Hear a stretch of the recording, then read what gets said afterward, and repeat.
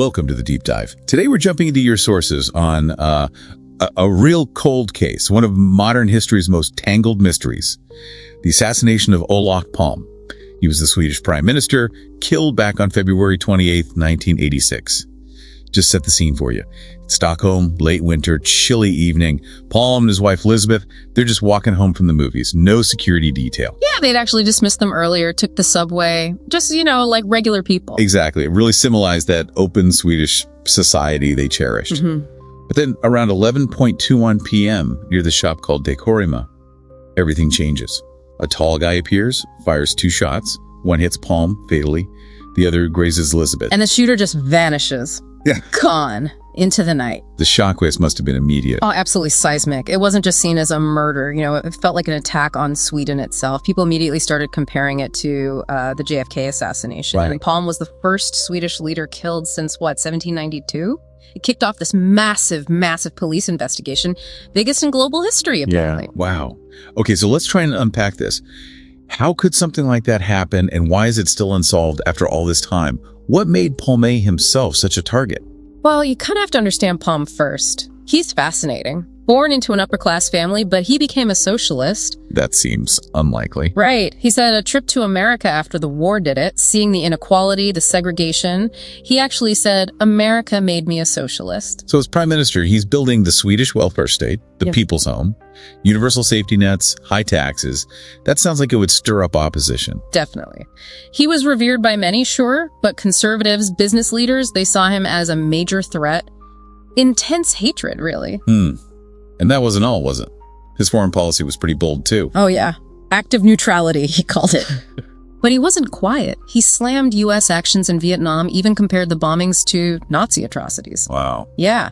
He denounced Franco in Spain, Pinochet in Chile, and he was a huge opponent of apartheid in South Africa, actively supporting the ANC. So what you're saying is he made powerful enemies just about everywhere.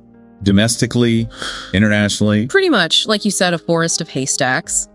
So many potential motives, so many directions for investigators to look. Which must have complicated things right from the start. Yeah. How did the investigation even begin to tackle that? Well, that's where the problems really begin. Tragically, the investigation was flawed from the very first minutes. The crime scene, it was a mess. How so? It wasn't cordoned off properly. People were trampling around.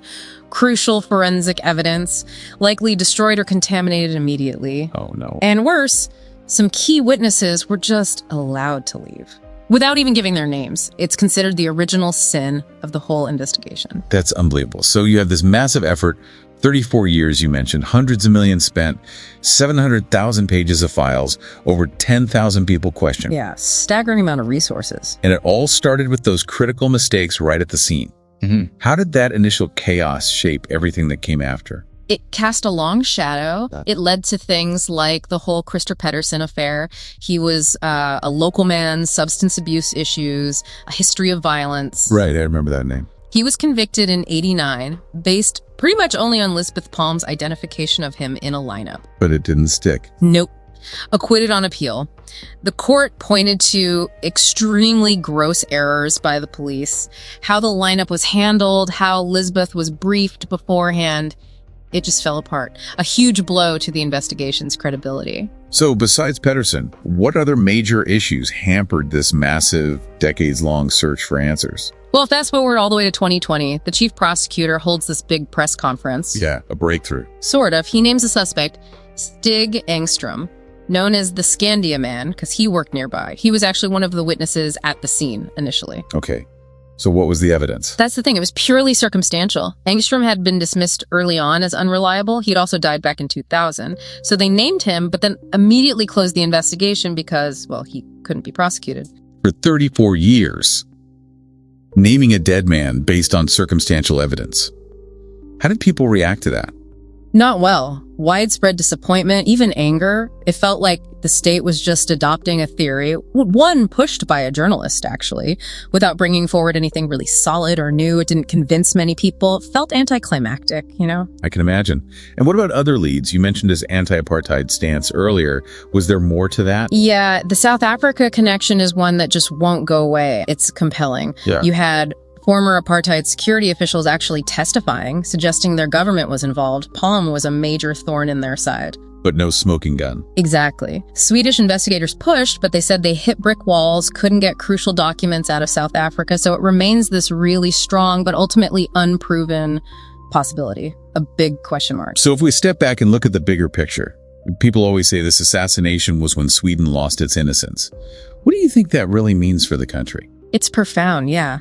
That idea of the people's home, the folkhemmet, where the prime minister could walk home without guards, that died that night. It created this national obsession almost. Palm sickness, they call it. Endless speculation, conspiracy theories. You even see its shadow in all that dark Nordic noir fiction. It reflected a shift, a more cynical mood. Like a loss of trust. A massive erosion of trust in the police, in the state's competence. It really became a kind of Swedish JFK moment in that sense. It fundamentally altered the nation's self-perception. So the official file might be closed, but the mystery who killed Olof Palme, it clearly endures. Just this perfect storm, really. Yeah. A leader who stirred strong emotions, a bungled investigation right from the start, and suspects you just can't pin down definitively. Right. And that leaves us, and you listening, with a pretty big question, doesn't it? The police investigation is over, but for Sweden, emotionally, culturally, this case is far from closed. What does a decades-long cold case like this really tell us about how one single night, one act of violence can permanently change how a nation sees itself and how much faith it has in its own institutions? That echo lasts long after the trigger is pulled.